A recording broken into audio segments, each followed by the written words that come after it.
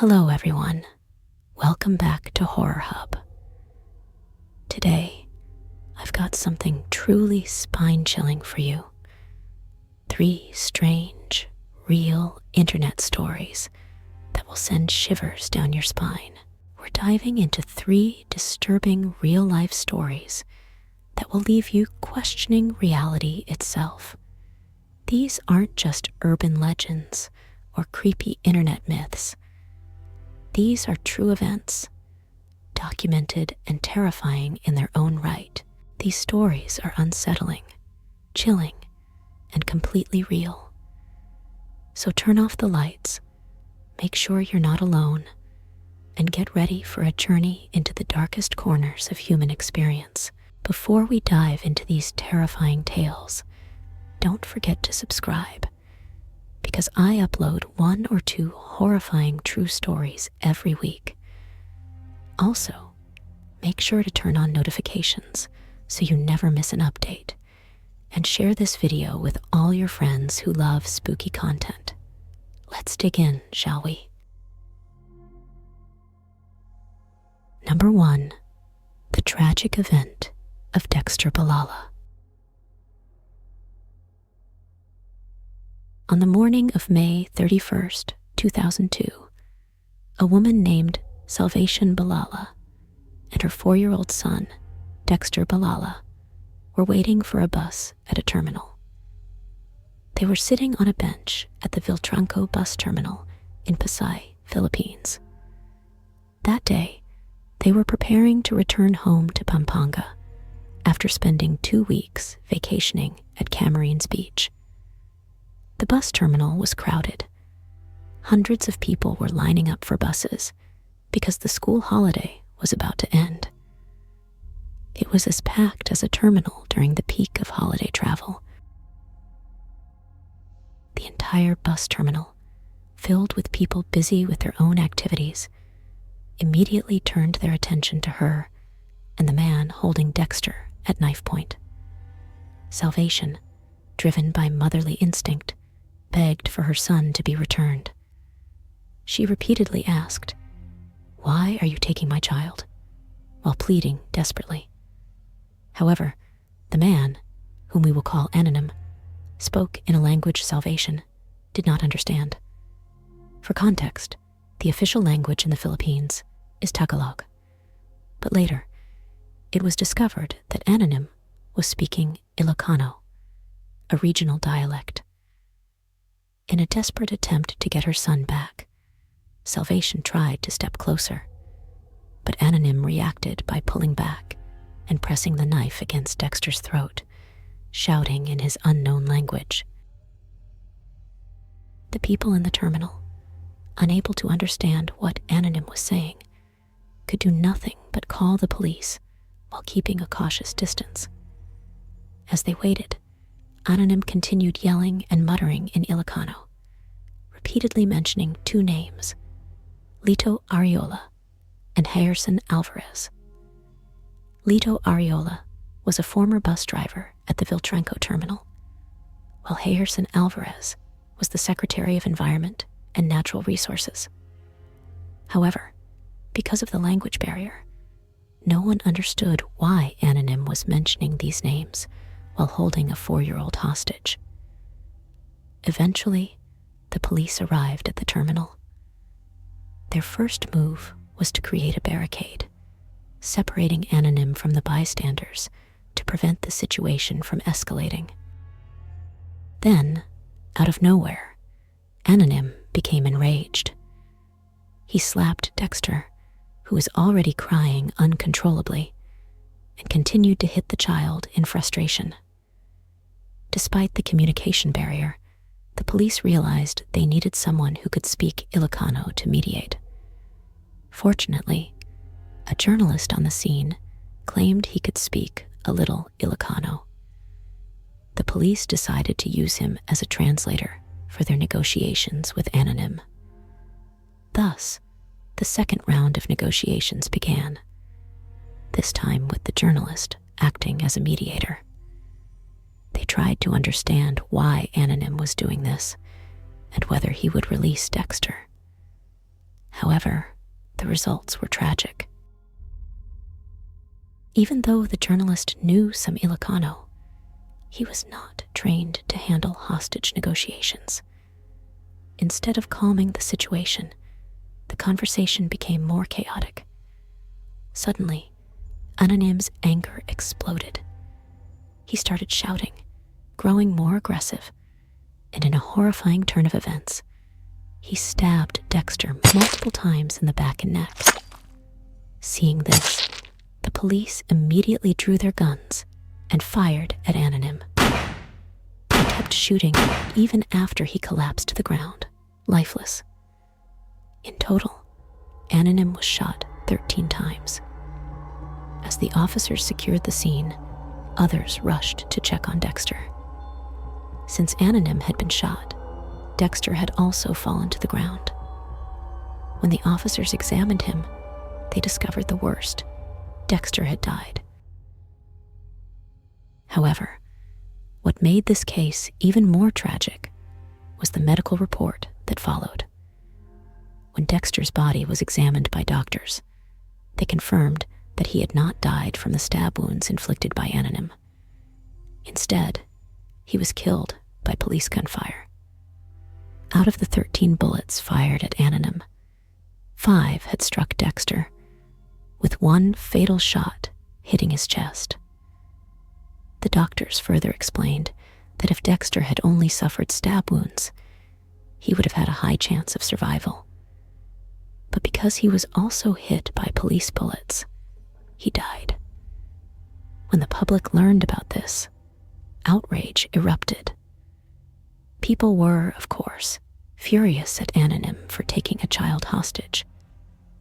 But they were even angrier at the police, blaming them for Dexter's death. Criticism poured in. Why didn't they bring in a trained negotiator? Why did they use an untrained journalist? Why did they fire recklessly, hitting an innocent child? The backlash was so intense that the government launched an investigation into the police officers involved. The results revealed a shocking fact. At the time of the operation, there was no commanding officer in charge. The officers at the scene were confused about who was responsible, pointing fingers at each other. Because of this failure, the chief of the Philippine National Police ordered the dismissal of all 341 officers stationed in Pasay Police Station. Additionally, the police force revised their protocols for handling hostage situations to prevent such a tragedy from happening again.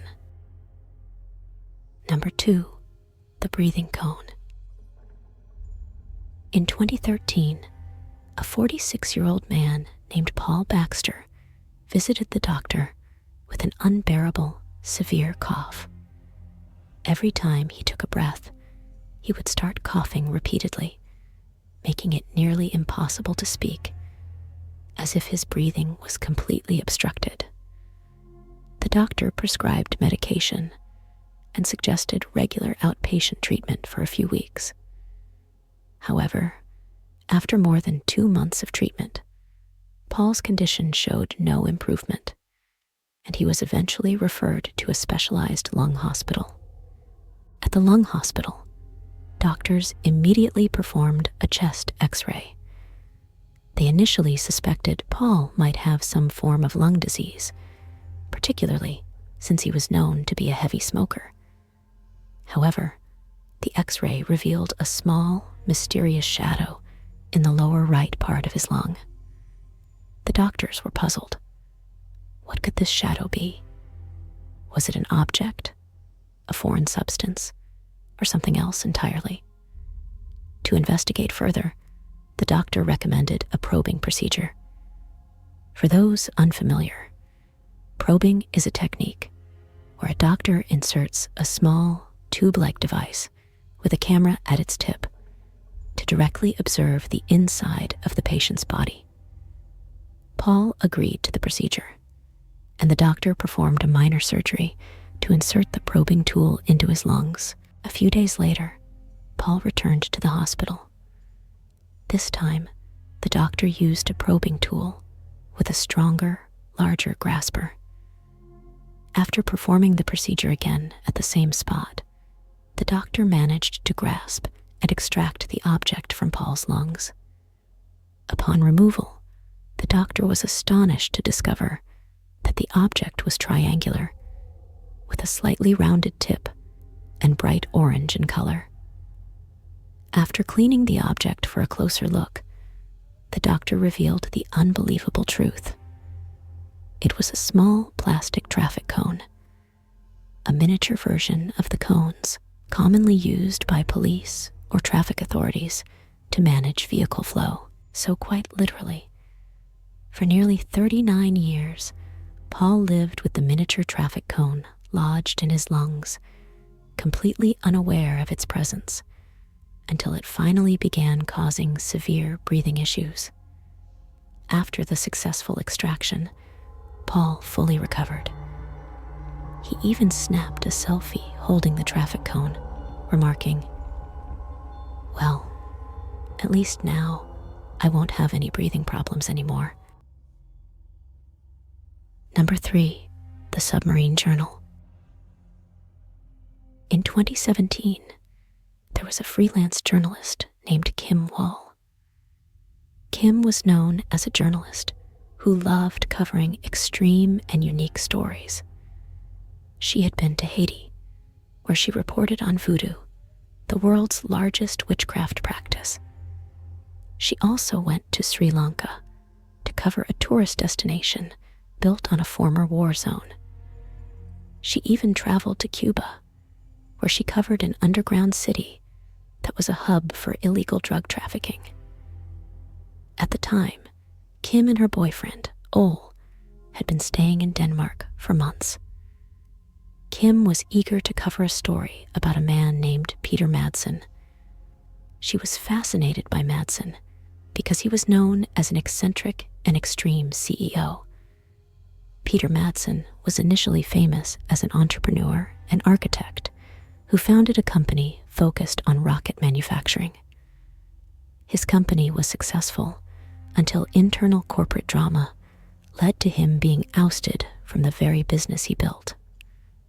Out of spite, Madsen established a new company directly across the street, recruiting loyal former colleagues to continue building extraordinary vehicles like rockets and airplanes using makeshift materials. Kim was determined to interview Peter Madsen because she found him extreme and unique, someone with an interesting story to tell. Unfortunately, after months of trying to reach him, she never received a definite response. That was until August 10th, 2017, when Madsen finally replied via email, agreeing to an interview. Not only that, but he also offered her a private tour of his latest, never-before-seen project, a homemade submarine called UC-3. Excited by the opportunity, Kim quickly responded, asking when they could meet. Peter Madsen replied promptly, "How about tonight?" Kim was thrilled. She immediately informed her boyfriend, Ole, about the opportunity she'd been waiting months for. She even invited Ola to come along, but he declined because he already had plans with friends. Besides, they were scheduled to travel abroad the next morning for another report. They decided to split tasks. Ole would prepare their travel documents and supplies, while Kim would conduct the interview alone. That evening, around 7 p.m., Kim arrived at a harbor to meet Madsen. She saw him preparing the homemade submarine for their trip. After introducing themselves and chatting briefly, Peter asked, "Where's your boyfriend? I thought he was coming too." Kim explained that Ole had other plans. Peter then suggested, "How about we pass by his apartment so you can wave at him and his friends from the submarine?" Kim agreed, and they boarded the UC-3 submarine. As they floated on the water near Ole's apartment, Kim and Madsen waved at Ole and his friends, who were amazed to see Kim on a submarine. Ole even took photos of them from his window. Then, Kim entered the submarine, followed by Madsen, who sealed the hatch. Shortly after, the submarine sank beneath the water's surface. By midnight, Ole grew worried. Kim hadn't returned or contacted him. Given that they had to leave the next morning, she should have been back by now. Concerned, he went to the harbor to look for her, but found no sign of Kim, Peter, or the submarine. He searched the area until 2 a.m., but found nothing. Anxious, he reported her disappearance to the police, explaining that Kim was last seen boarding Madsen's submarine. Police launched a search operation around the harbor and nearby waters, using boats and divers, but found no trace of Kim, Peter, or the submarine. The next morning, a patrol officer near a lighthouse spotted the UC-3 submarine floating on the water. The officer saw Peter Madsen emerging from the submarine tower. Suddenly, without warning, the submarine sank. Madsen was left floating in the sea and was quickly rescued by the police. When questioned, Madsen claimed that Kim was safe and that he had dropped her off on a small island after experiencing technical problems with the submarine. But when police searched the island, Kim was nowhere to be found. The truth was horrifying. Right after Ola had taken the last photo of Kim aboard the submarine, the vessel submerged and sailed into the open sea. At some point, Peter invited Kim to sit at the control seat, admiring the submarine's interior. Unbeknownst to her, Madsen went into another room, where he watched a disturbing video on his laptop, footage of a woman being beheaded. Moments later, he emerged and brutally murdered Kim, beheading her, but he didn't stop there. He dismembered her body, placed the remains in plastic bags, and disposed of them in the ocean. It took a month before Kim's body parts and a knife were discovered floating near the lighthouse. Peter Madsen was immediately arrested and charged with Kim's brutal murder. During interrogation, he remained silent, refusing to explain why he had killed her. However, police investigations revealed that prior to Kim, Madsen had invited several other women to board his submarine. Fortunately, none had accepted the invitation, except Kim. It was purely a tragic coincidence. At the time of his arrest, Madsen was deliberately sinking the submarine to destroy evidence. However, authorities managed to recover the vessel and use it as crucial evidence in the case. In the end, Peter Madsen was found guilty and sentenced to life in prison. And there you have it. 3 disturbing real-life stories that blur the line between reality and nightmare. These weren't just eerie tales passed around in the internet. They actually happened, leaving behind questions that may never be answered. The thought of discovering some random events that just ended someone's lives who haven't even started their actual life experience yet, or the thoughts of having a childhood toy being stuck in your body. All of them serve as haunting reminders that the world is far stranger than we think. Thank you for watching.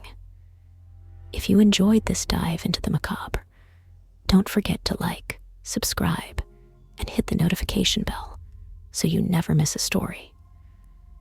Until next time, stay safe, stay curious, and remember, sometimes the scariest things are the ones that are real.